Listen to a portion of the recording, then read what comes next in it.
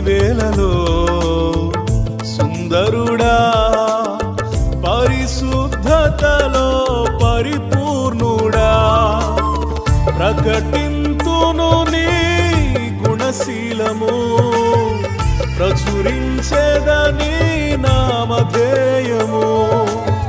ప్రకటింతును నీ గుణశీలము, ప్రచురించేదని నామధేయము.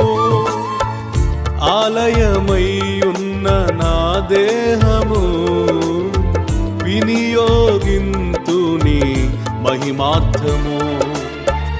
ఆలయమై ఉన్న నా దేహము వినియోగింతు నీ మహిమార్థము.